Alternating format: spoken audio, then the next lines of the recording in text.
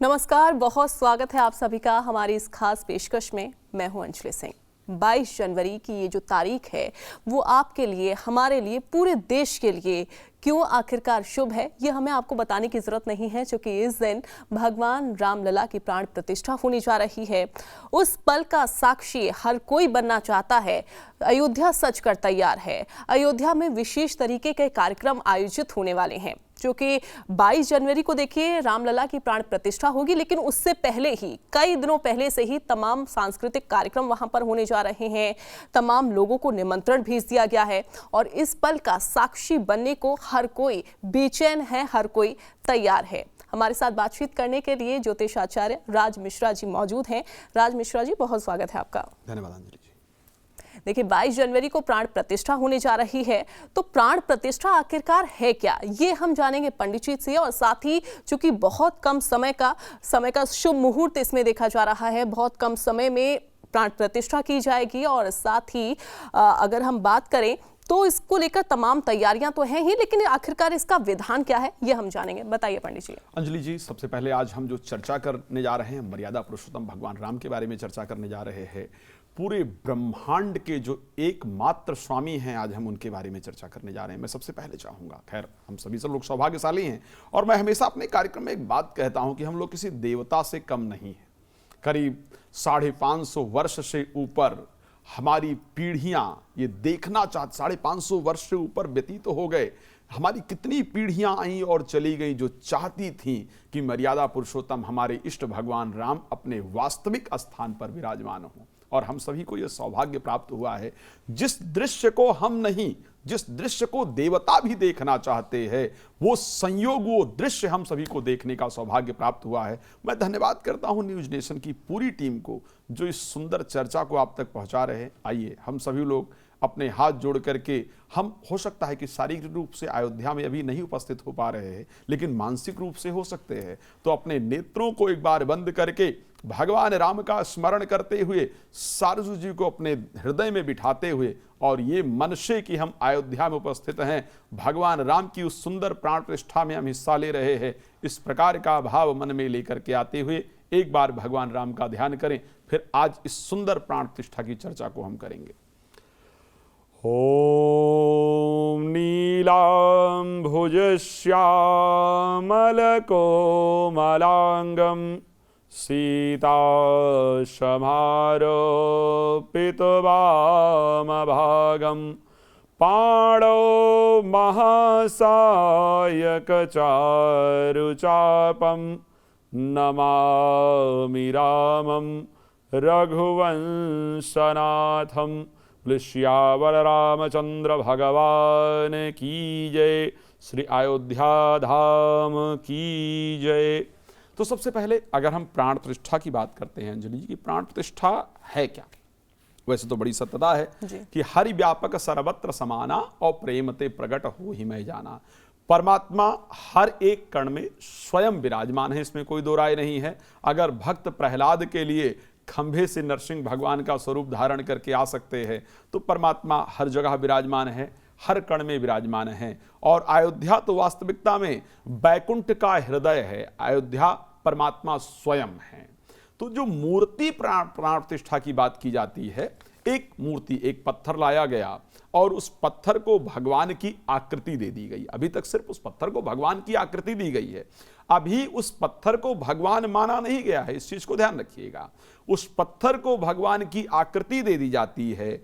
आकृति देने के बाद उनका सुंदर स्नान इत्यादि करा करके, और भगवान के मंत्रों के जप का एक नियम है कि लक्ष्यपात तरीके से या 1.25 करोड़ या 1.25 लाख मंत्रों का श्रद्धापूर्वक जिस देवता की हम प्रतिष्ठा कर रहे हैं, लाइक अगर हम भगवान राम की प्राण प्रतिष्ठा कर रहे हैं, तो 7 दिन तक, सबसे पहले ऐसा नहीं कि 22 तारीख को 84 सेकंड का जो मुहूर्त प्रारंभ हुआ है, उस 84 सेकंड के मुहूर्त में ही ले जाकर के हम भगवान को स्थापित कर देंगे, प्राण प्रतिष्ठा कर देंगे, ऐसा बिल्कुल नहीं है।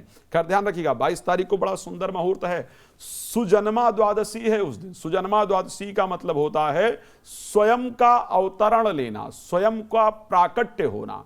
तो उस दिन भगवान के आवाहन का तात्पर्य है कि भगवान उस दिन स्वयं जन्म ले रहे हैं सुजन्मा द्वादशी के रूप में। वो दिन सर्वसिद्धि योग का है। जिस दिन कोई भी कार्य किया जाए तो उस कार्य का परिणाम शुभ ही प्राप्त होता है, उसको सर्वसिद्धि योग कहा जाता है। अब अंजलि जी ने प्रश्न किया और आप सभी की तरफ से प्रश्न किया। अंजलि जी का स्वयं का प्रश्न नहीं है, यह शायद पूरे भारतवर्ष का, पूरे सनातन धर्मियों का यह प्रश्न है। सो प्राण प्रतिष्ठा क्या है? तो जब हम मूर्ति को तैयार कर लेते हैं, उनको स्नान इत्यादि करा देते हैं, फिर हम उस मूर्ति के लिए परमात्मा का आवाहन करते हैं, उस मंत्रों का चैंट करते हैं, उस मंत्रों का उच्चारण करते हैं। वहां सात्विक ब्राह्मण, वैदिक ब्राह्मण बैठ करके उन मंत्रों से भगवान की प्रार्थना करते हैं कि हे परमात्मा, इस मूर्ति के अंदर आप आकर के स्थापित हो, इस मूर्ति के अंदर आप आकर के विराजमान हो। अच्छा, एक चीज आप लोग और नहीं जानते होंगे, भगवान को अलग अलग चीजों के अंदर रखा भी जाता है। ऐसा नहीं है कि मंत्रों का जप किया और मंत्रों का जप करके और ले जाकर के भगवान को बिठा दिया, ऐसा भी नहीं होता है। भगवान को अन्न के अंदर एक दिन नियम है, 7 दिन अलग अलग चीजों के अंतर्गत रखा जाएगा। एक तो मंत्र का जप चलता रहेगा, फिर एक दिन भगवान को पुष्प के अंदर रखा जाएगा, फूलों के अंदर पूरी तरह से पूरी मूर्ति जो है वो फूल पूरा बिछा दिया जाएगा और उस फूलों के ऊपर भगवान को शयन कराया जाएगा। भगवान के ऊपर पुष्प के अंदर एक दिन भगवान को रखा जाएगा। एक दिन अन्न के अंतर्गत पूरा अनाज होगा, 7 प्रकार के अनाज होंगे या कोई विशेष प्रकार का अनाज होगा, अनाज के अंतर्गत पूरी तरह भगवान को रखा जाएगा। एक दिन धन यानी पैसा इत्यादि इकट्ठा करके और उस पैसे के ऊपर भगवान को शयन कराया जाएगा। एक दिन जल के अंतर्गत पूरी तरह से भगवान को रखा जाएगा। एक दिन वस्त्र के अंतर्गत भगवान को रखा जाएगा। तो इसी प्रकार से भगवान को 7 दिन अलग अलग चीजों के अंतर्गत विराजमान करके और उसके साथ उनका षोडशोपचार विधि के साथ उनकी पूजा करते हुए, उनके अंगों की पूजा करते हुए, उनका प्रतिदिन जो मंत्र चल रहा है उनका आवाहन करने के लिए उनकी प्रार्थना होती रहेगी। 24-24 घंटे हर चीज के अंतर्गत उनको रखा जाएगा, एक एक दिन उनको रखा जाएगा। फिर जब अंतिम दिन पहुंचता है, फिर बाकायदा उसका यज्ञ किया जाता है और फिर जो वो अंग पूजन का नियम है कि भगवान के कौन से अंग में परमात्मा की कौन सी प्रकृति विराजमान हो, शंख है, चक्र है, गदा है, जो भी ये सब भगवान के अवतरण ही है, भगवान का ही स्वरूप है। तो शंख के स्वरूप में भगवान कौन से अंग में विराजमान हो, पादुका के उसमें कहां पर विराजमान हो, चक्र की परिस्थिति में भगवान कहां पर विराजमान हो, इस प्रकार उसके अलग अलग मंत्रों से उनका आवाहन करके और वहां पर विराजमान होने के लिए प्रार्थना किया जाएगा। तो पहले 7 दिन तक ये पूरी प्रक्रिया चलेगी, मंत्र का जप इत्यादि होगा। फिर भगवान को वास्तविक स्वरूप में जो 84 सेकंड का मुहूर्त है, उस मुहूर्त में उनको श्रद्धा से विराजमान किया जाएगा। विराजमान करने के बाद फिर उनके पूरे अंग की पूजा की जाएगी। फिर उनको फिर पंचामृत स्नान इत्यादि के माध्यम से स्नान कराया जाएगा। फिर षोडशोपचार जो 16 चीजें वहां पर उपस्थित होंगी, शायद मुझे लगता है षोडशोपचार ही अपनाएंगे या और भी चीजें कर सकते हैं, लेकिन षोडशोपचार 16 प्रकार की चीजों से पूजन का विशेष महत्व है। तो 16 प्रकार की चीज, इसमें जल से स्नान हो सकता है, तिलक हो सकता है, अक्षत हो सकता है, फ्रूट हो सकता है, मिठाई हो सकती हैं, यज्ञोपवीत हो सकता है, वस्त्र हो सकता है। इसी प्रकार 16 प्रकार की अलग अलग जो चीजें हैं उसके माध्यम से भगवान का सुंदर वहां पर पूजन किया जाएगा। तो प्राण प्रतिष्ठा शब्द का वास्तविक मतलब यह है कि किसी विग्रह के अंतर्गत, वैसे राम को कहा जाता है रामो विग्रहवान धर्मा, धर्म ही राम की वास्तविक विग्रह है, धर्म ही राम का वास्तविक स्वरूप है। तो ऐसी परिस्थिति में उनका उस मूर्ति के अंतर्गत आवाहन करना, उनकी उस मूर्ति में उनको रहने के लिए उनसे प्रार्थना करना, ये प्राण प्रतिष्ठा है। अब क्यों अन्न में रखा जाता है, क्यों धन में रखा जाता है, क्यों पुष्प पर रखा जाता है, इन सब का भी एक अलग अलग नियम है कि प्रभु जो आपके दर्शन करने आए उनके जीवन में अन्न की वृद्धि हो, उनके जीवन में धन की वृद्धि हो, पुष्प के माध्यम से उनके जीवन में सुगंधी रहे, उनका प्रभाव चारों तरफ फैलता रहे। जो जिस कामना को लेकर के आए प्रभु वो कामना उनकी पूर्ण हो, इस कारण से अलग अलग चीजों के अंतर्गत भगवान को रखा जाता है। ये प्राण प्रतिष्ठा है।